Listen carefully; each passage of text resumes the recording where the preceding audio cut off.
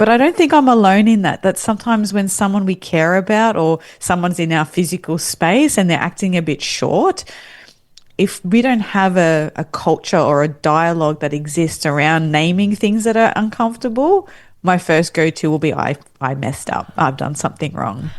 And I so if my partner comes home and says, I've had a long day, I just want to chill out, I don't have the brain space for anything, I then know what to do with that. But if they don't Yes. say anything and they're like a little bit short or distracted and I'm like, oh, but we're watching the next episode of Game of Thrones and I'm like, why aren't you watching? Or like I'll make it worse probably.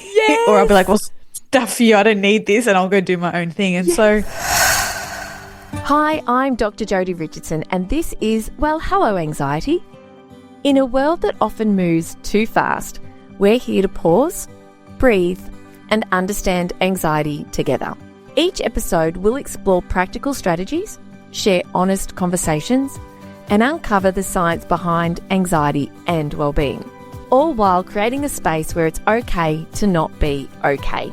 Let's continue this journey together.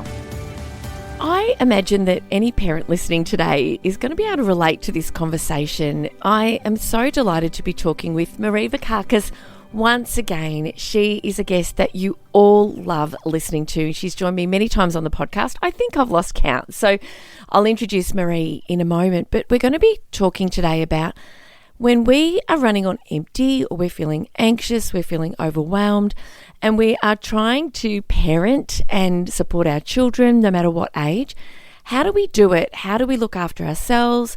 How do we still parent well? What do we say? How much do we share? This is something that I think is really important for us to talk about. So, Marie, a very warm welcome back to the podcast. It's so lovely to have you back. it's really nice to be back here and have another conversation about, I guess, mental health and anxiety and relationships and all of it mixed up into one. It is all mixed up into one, isn't it?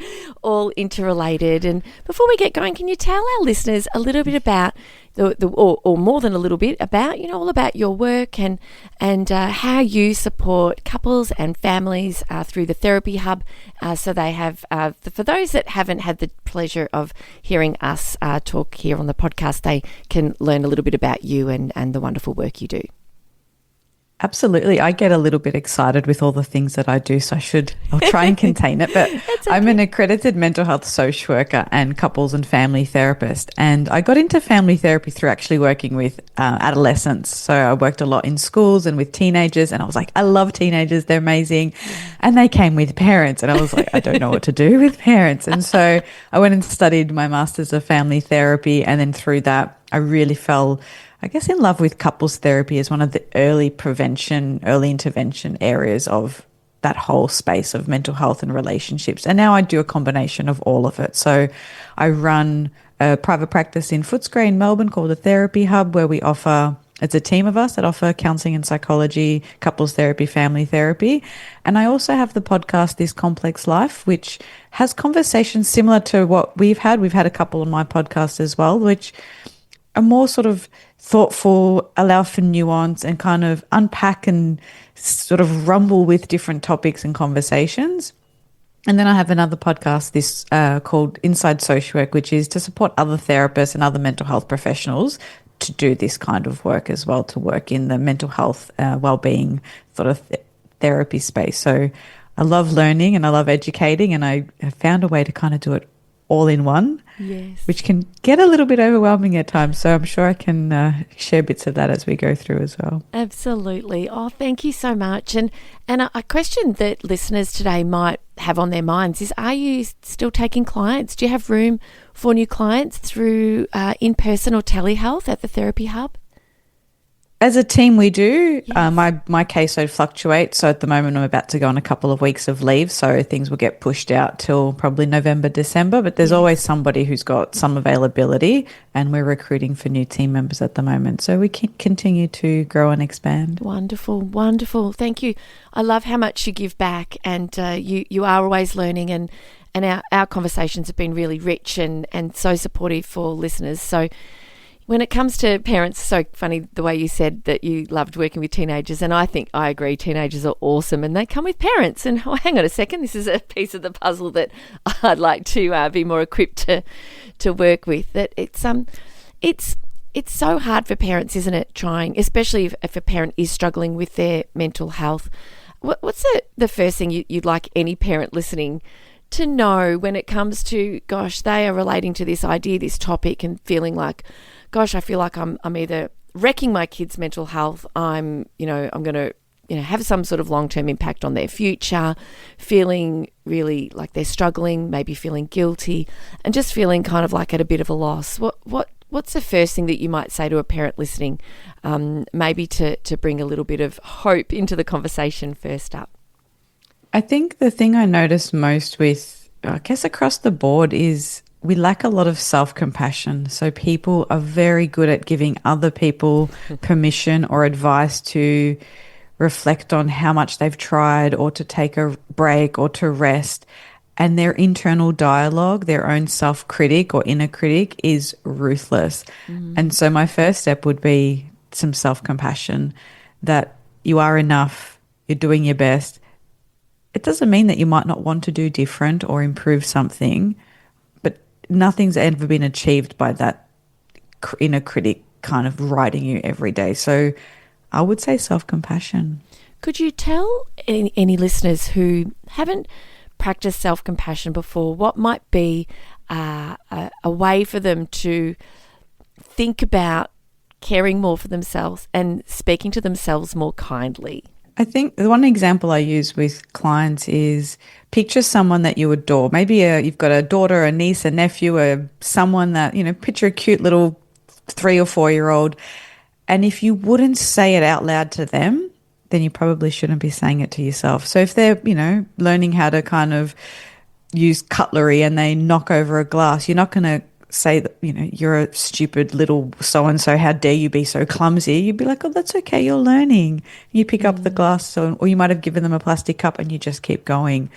So think about that voice, and would you say it out loud to somebody else? And that's kind of the easiest way to get started with this sort of self-compassion practice. I really love that we've started there, and it's so calming, isn't it? It's such a balm, I think, for an anxious mind when you can just stop and cut yourself a bit of a break. And, as parents,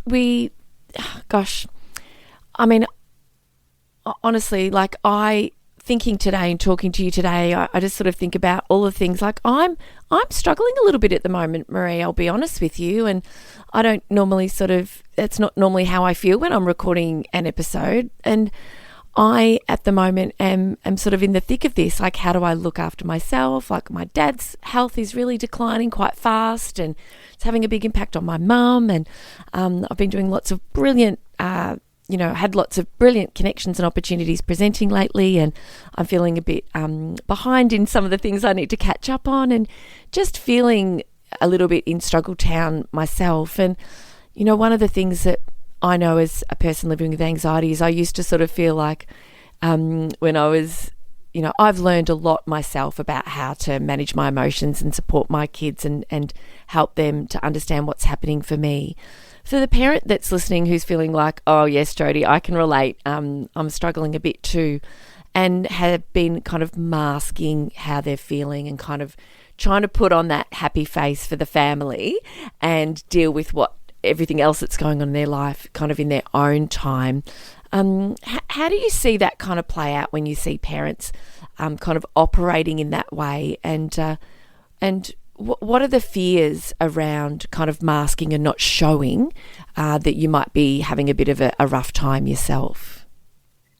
I see it in a number of different extremes. And I mean, what you're going through is a lot, right? That sounds like that sandwich generation of looking after aging parents and having children and being caught in the middle with your own life, hobbies, interests, partner, friends, career, all happening at once. I mean, that's like a melting pot of it's just chaotic and stressful, and life gets busy and hectic, and there's grief and loss and sadness. And I think maybe one of the things we don't talk about enough is that it happens, that pain happens, that suffering happens, that worry happens.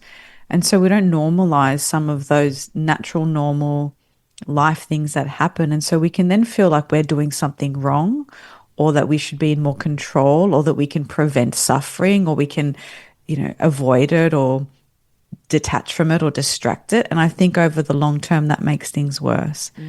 And so there is a level of acceptance, and being a sort of ACT practitioner, it's one of the therapies I like to practice. And I know you've done a lot of ACT work as well. It's really in naming that and noticing that and sitting with it. And then from there, we can do something. So with young people, they often are the ones that end up in the therapy room because the parents, again, are doing everything for everybody else. Yes. And maybe not able to justify or would prioritize whatever money's left over in the budget for their kids and not for themselves. And so I think that's really tricky, and I don't know what the biggest solution is for that. And some people maybe struggle to set boundaries or say no, ask for help.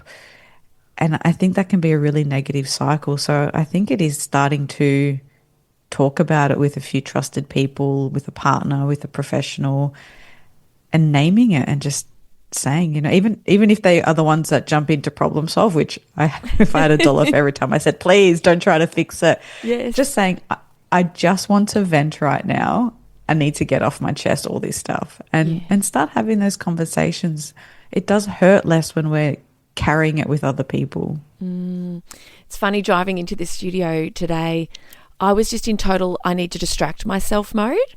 And I made so many phone calls in my car. Nobody answered. I'm like, oh, this is a sign. And I was aware of what I was doing. And the moment that I like distraction, obviously I couldn't find a distraction. I was listening to the news, and that just often makes you feel a little bit worse. But I realised that what you've just said, it's, life does throw so many curveballs, and it's not even just the curveballs. Sometimes just day-to-day life can be hard, and I know that there are a lot of families, there are families. I mean, here in Victoria, we've got a absolutely unprecedented crime wave and a lot of anxiety and fear around the community. There's financial stress, and not to mention, like you were saying before, just the day-to-day challenges of working and staying connected and looking after ourselves and looking after other people. This idea of noticing it and naming it, and for the parent who's listening who's feeling like it's just better if I just keep moving, can you talk a little bit more about, when we do give ourselves the opportunity to sit with it, the benefits that can come as opposed to the distraction, the pretending it's not happening, the busyness, and just kind of like ignoring what we're feeling, that comes at quite a cost, doesn't it? It does. And I have so much compassion for people who are in that position. Often it's what they were role modeled as well. And so if they witness their parents suck it up, pull up their socks, just get on with it, work really hard. I mean, my family, a migrant family, I know a lot of people in similar positions where they worked, they got on with it. Anything that was sort of self-reflective was like eye-rolled navel gazing. It wasn't regarded very positively. And so that message gets passed on. So there is something in us sometimes that can make it hard if we have these narratives or these stories of, I should be able to, I should just, or why can't I just, all of these sort of beliefs that make it hard. And sometimes people need permission. I had a friend the other day have a really bad patch at work, and it wasn't until her boss said, go on stress leave, you're not coming back, I'm forcing you to go home and rest. She's like, I wouldn't have done it, but I'm so glad I have that chance now. Like, we sometimes need someone else to step in and push us to that decision. And I think it's really sad where I have a lot of mums in particular sort of say, sometimes I just wish I had a little bit, was lightly hit by a car so that I could be in hospital just long enough to rest, someone else bring me food and be taken care of. And they're like, isn't that an awful thought? I'm like, I can see why what you're craving is being looked after, is having the burden of day-to-day stuff being removed, being tended to and forced to rest. Yes. And so I don't know exactly what the solution is, but starting to have these conversations is one step towards that, because our system, our way we work, the way we do community or not, that's a big ship to turn the other direction. I don't think we're doing that very well. And it's creating these silos where people feel like they have to do it all on their own. Oh, and it is. And it just, what you just shared, I can personally relate to the idea that just going into hospital for a few days is, and we know that when we enact, we talk about the mind being a problem solver and a storyteller, and the mind is like, you've got a problem here and this is a way to solve it. And I identified, and I was sharing actually in a presentation that I delivered on Monday. Today we're recording on a Thursday, and I shared that when this is prior to kids, but I was completely burnt out. I was finishing my honours degree. I was nursing a very elderly cat who really hadn't remembered life without, and I had to go and do this presentation, Marie. I had to go and present to all of my peers and all of the supervisors, and it really, my scholarship for a PhD was really going to be riding on the outcome of this huge presentation. The stress was just too much, and I was walking the dogs, and there was a car coming, and I didn't want to hurt myself. I didn't want to be severely injured or harmed. It wasn't that type of thinking, but it was just, if my foot just got a little bit like lightly run over, or, they'll have a good reason to say, I can't do this anymore. And everybody would understand that, there was a reason I wasn't sort of showing up and doing all the things that I needed to do. And I've heard Dr. Christy Goodwin talk about women who are thinking about, a few days in hospital being a break. I have spoken to people because it's not easy to talk about, because it's a little bit hard for people to understand. But, if you've had thoughts like that, it's probably a sign that you are in need of some support around you. Is this something that you're hearing people share when they're, either friends having a chat with you or people coming to see you as clients?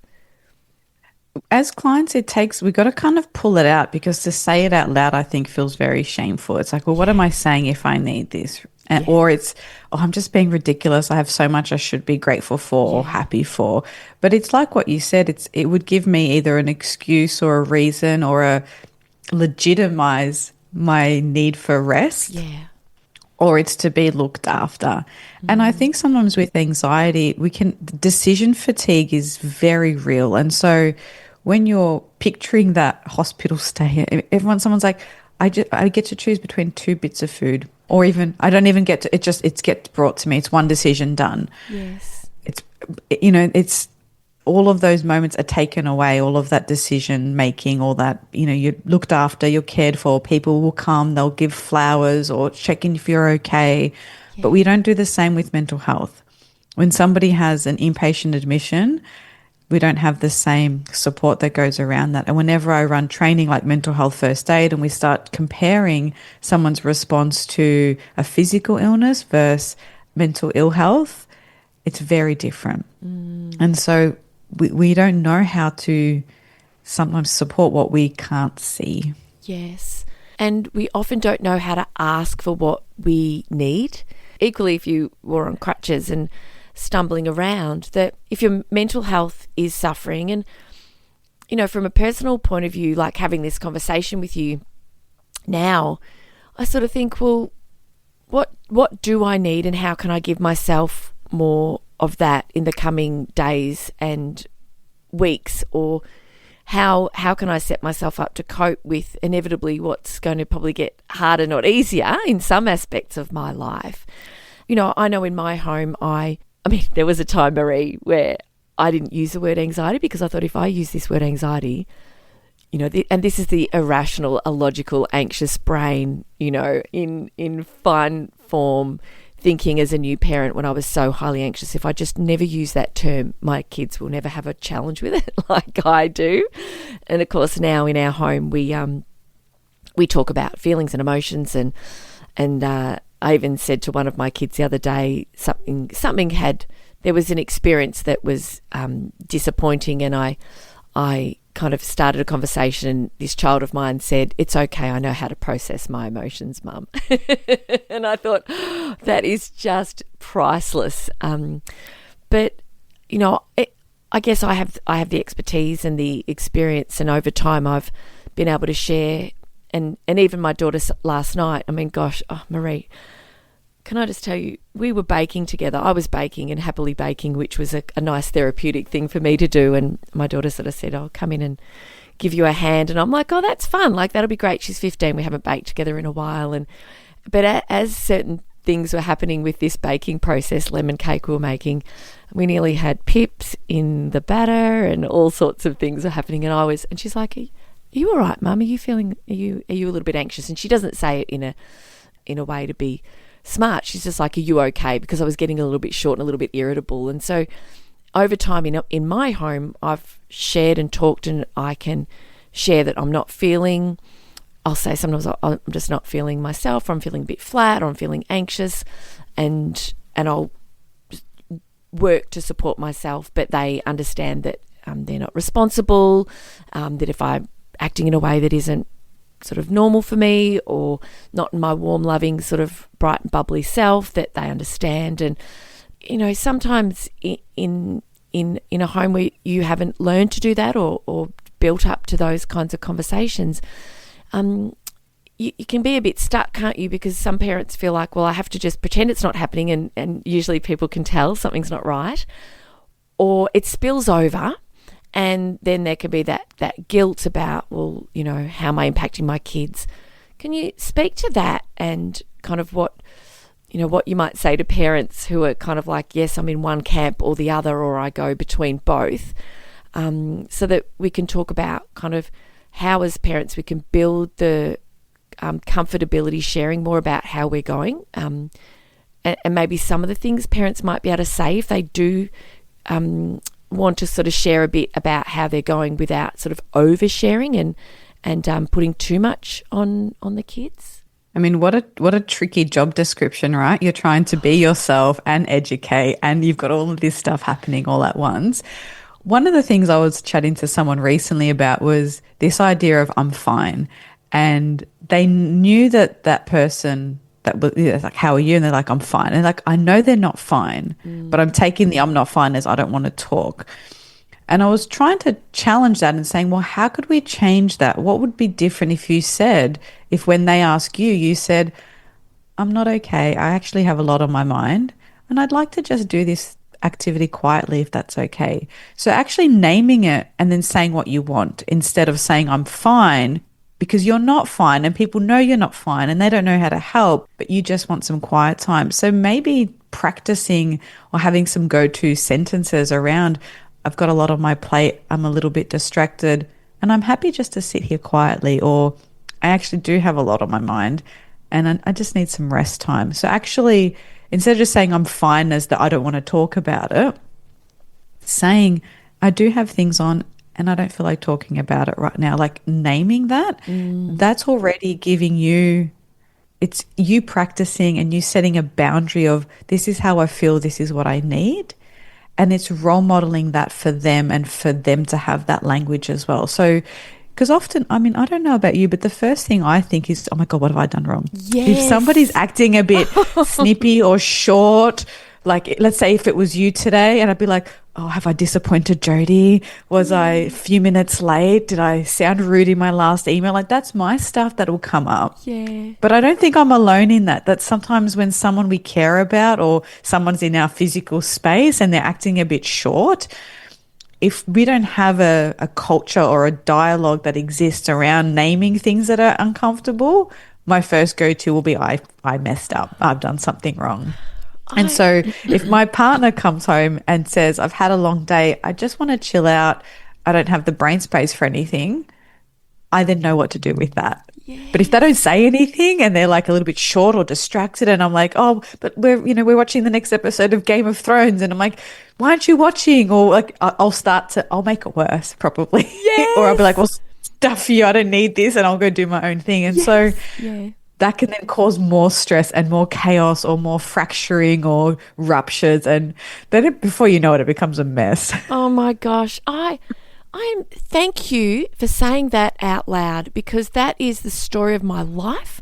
And I think that other people, especially when anxiety is in the mix, we feel responsible for how other people are feeling. And Marie, honestly, and it's our stuff, isn't it? And of course we know that when we get anxious, we become inflexible in our thinking and inaccurate in our thinking, and that we can really make it about us. Where I love those things that I see online sometimes. It's like, it's really not about you. Nobody's spending that much time thinking about you, and I think that's so relatable. And what you've just said is so true.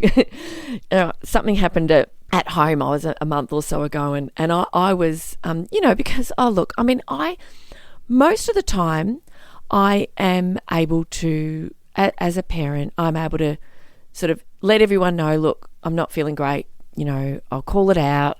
It's nothing to do with you, because that was me as a kid growing up with an anxious mum.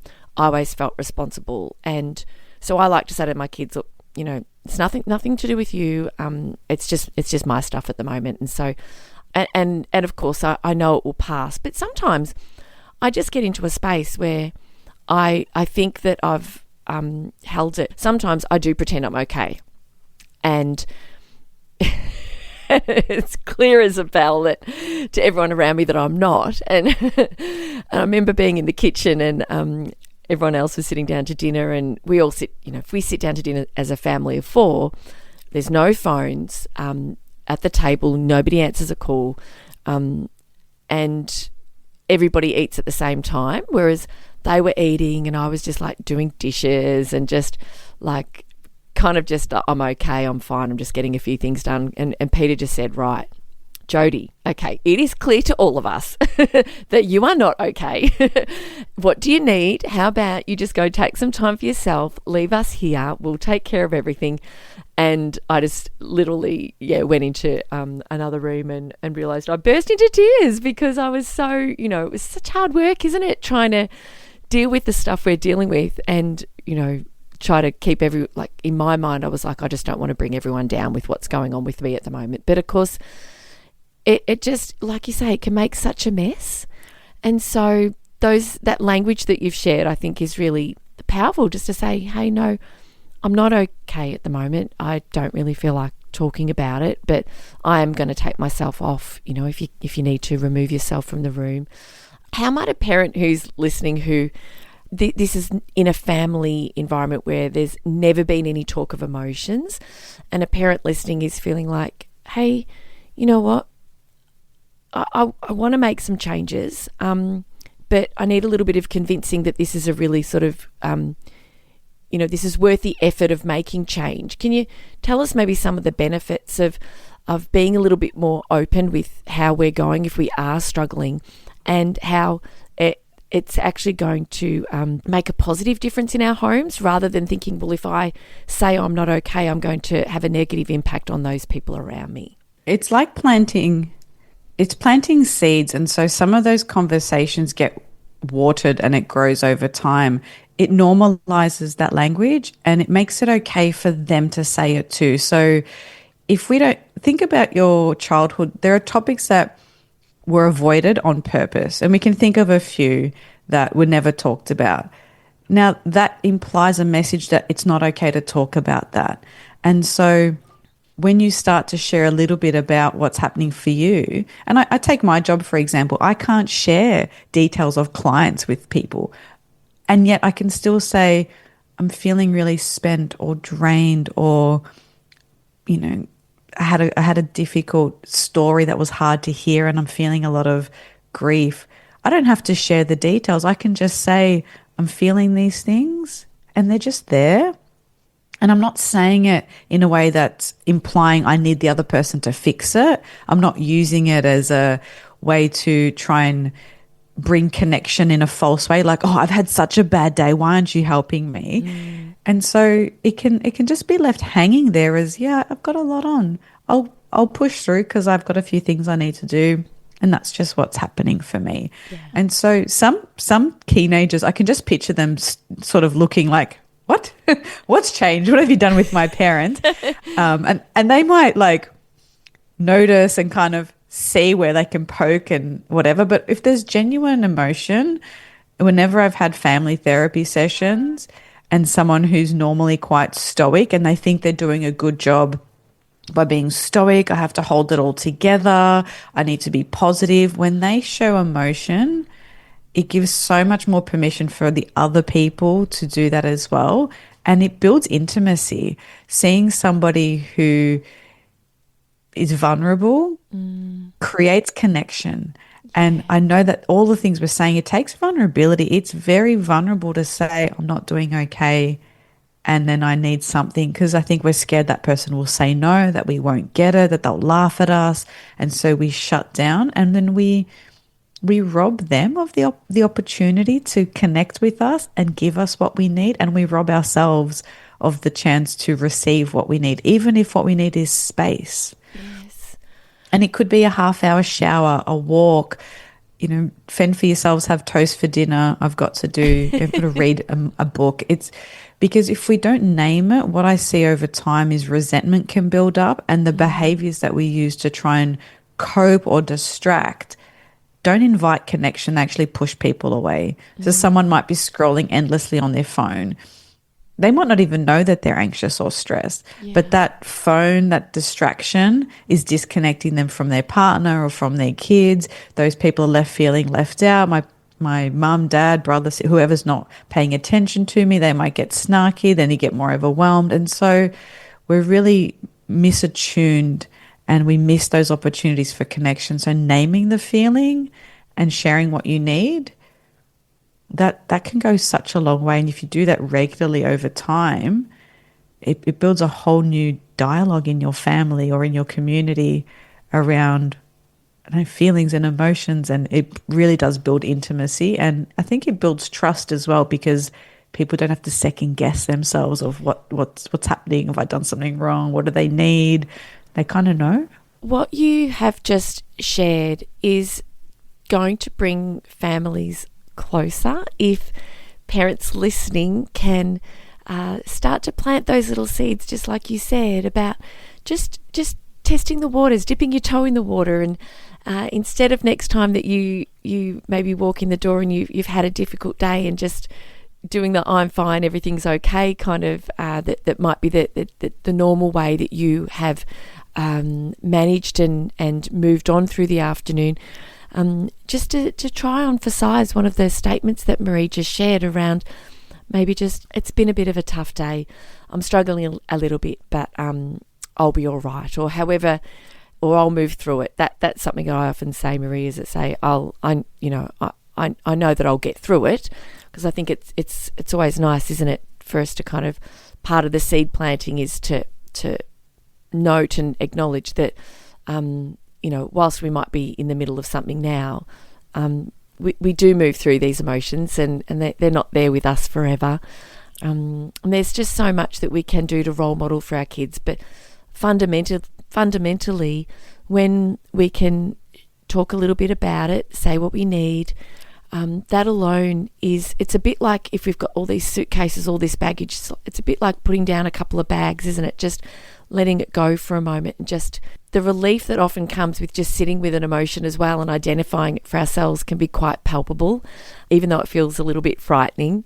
What just to finish off, what might you say to someone who is listening, who's thinking, well, gosh, I've heard a lot of conversations like this on, well, Hello Anxiety, and I invite you as a listener to listen to Marie's podcast or podcasts as well, but is thinking, well, it feels frightening to acknowledge to myself that I'm having a particular feeling because I've always just kind of shut it down.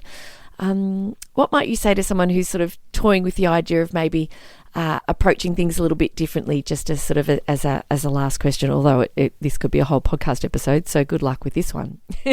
Yeah, I think it definitely can be. I would maybe say take a couple of moments to pause between the transition. So if the transition is from, if your mornings are the chaotic bit and you then go to work, or if it's coming home from work, spend a few minutes either in the car, in the garage, just before you get off the train, whatever the transition is, and sit for just, it can only be for 10 deep breaths, and just try and notice where you're at right now. if for those who've got an iPhone, and I'm not sponsored by Apple, but there is inbuilt into the Health app a mood tracker. And so you can open up that mood tracker and it just gets you to move like a little button across from pleasant to unpleasant. And then once you sort of move it across, it's got this beautiful thing that changes color and gets a bit stormy and gray if it's unpleasant. And then once you kind of categorize your mood, then the next page gets you to pick the emotion. So if you're actually struggling to label it, you can use one of those visual tools that gets you to kind of name it. And that might be your first step, is actually trying to identify for yourself what it is. So you can start off with figuring out, is it slightly unpleasant or pleasant? And then you can flip to the next page, which is, you might think, oh, I'm feeling slightly unpleasant. And then it's because I'm feeling overwhelmed, stressed, rejected, hurt, frustrated. And then you can keep going through it, and it actually helps you map out your mood over time with different activities that might contribute to your mood. So I would start with naming it yourself. And if that's as much as you can do, then that's a good start. And then you can start to introduce that to the conversation. So start small. And again, remember that self-compassion. It's hard. We're not often role modeled this. Feels like contradictory information about positivity, and you don't want to dwell on things and you don't want to get too anxious. And it's figuring out what's the right thing for you. Sometimes we can overcompensate too far the other way. We are people. We do feel feelings. They tell us something. They're signposting what's important in our life. They're there to signal something, and we need to tune into that a little bit more. And it doesn't mean you need to 180 your whole life, even though sometimes we might need to change some things. There are little bits we can do in the moment to ease some of that and to maintain connection, because I think that's at the base of a lot of this is we need connection with other people. We need our community, our friends, parents, partners, whoever. And some of these skills, these pro-social skills, reaching out, letting people know what you need, setting boundaries, helps maintain that connection while we figure out the stuff that we're going through on our own. Beautifully said, Marie. Honestly, thank you. Thank you so much. I think it was just meant to be that I was chatting to you today while feeling the way that I'm feeling, and I know that there are so many parents and listening who will be able to take so many pearls of wisdom away. And I really loved in that last kind of answer just the way you said about starting small, and I was having a little look on my iPhone as well, and maybe using a tool, because sometimes it's actually remarkably hard sometimes to sort of pinpoint exactly how we are feeling. Sometimes to be able to use something that can guide us, that can be really powerful. So thank you so much for your time today. I always love talking with you, and for listeners who are keen to connect with you and learn more, where can they find you online? And anyone looking for support with their own mental health and well-being or relationships, looking for family therapy or couples therapy, can you give us the web address for the Therapy Hub as well? Yeah, so it's thetherapyhub.com.au, and my personal brand, so it's under Marie Vakakis, and I'm on LinkedIn, now on TikTok of all places, YouTube, Instagram. And so depending on the content, people can engage in different ways. So there's a few different ways. And just like with your card deck, I'm actually working on a card deck as well for families. So something that families can bring to help have some of these tricky conversations, and then for other family therapists to use as well. So that's in the works as well, which is pretty exciting. Oh, congratulations. That's brilliant. Oh, well, hit me up if you've got any questions. And it's actually a good reminder for me to share on the podcast that the Anxiety Toolkit for Parents is available on my website. It's a 70-card deck that I designed to support parents and so many teachers are actually making a purchase of the toolkit as well. And the feedback that I'm getting is it's really actually fulfilling, Marie, when you do create something like that and set it out to the world. When people start using it and start telling you the difference it's making, it's really brilliant. So have a look on my website, drjodirichardson.com, and please have a look there, and there's the books in the shop there as well. So good luck with that, Marie, and thank you for you work so hard, not only I mean, obviously I'm not in the therapy room with you, but I can just imagine the difference you're making in the lives of the people that you're with. And I know you've got such a heart and a dedication for that, but you also really work hard sharing your knowledge and, producing, 2 podcasts and YouTube, TikTok, goodness. Thank you for all that you're doing to really support mental health of the, the wider community. And thank you for sharing some of your time with us. I know how precious your time is, so I'm very grateful. No, it's always a pleasure. I love having these conversations because there's so much nuance involved, and even who would have thought you could have a couple of 100 episodes just on anxiety, right? But it crosses over everything from work, personal life, parenting, partnering. Like, I keep laughing at our Not About the Christmas Ham episode last year because I'm getting ready for what do I talk about coming up to the busy time again this year. So Yes. there's so many things and ways that this comes up that we just need to keep talking about, and hopefully someone learns something or learns what not to do if we've shared something that we're doing that hasn't quite worked. And Yes. it's just part of the discourse, I think. I agree. And I think just this permission to be human, just that, no matter what we do, no matter what path we're walking in life, we all face similar challenges. We all experience lots of emotions. A lot of them are really hard. And my hope is that, that through the podcast, it makes it a little bit easier in times, like you say, some ideas about what might help, ideas about what might not work, and also that people aren't alone. And I've always grateful. So I think next conversation I really want to talk to you about partnerships, and I think that would be a good next topic for us. So thanks again, Marie. Have a lovely rest of the day. You too. Thank you. Thank you for sharing this time with me on Well, Hello Anxiety. Remember, understanding anxiety is the first step to managing it. Until next time, be gentle with yourself. Take things one moment at a time. Focus on what you can control and know that you are not alone on this journey. If you found value in today's episode, please share it with someone who might need to hear it too. I'm Dr. Jodi Richardson, and I'll meet you right back here next week.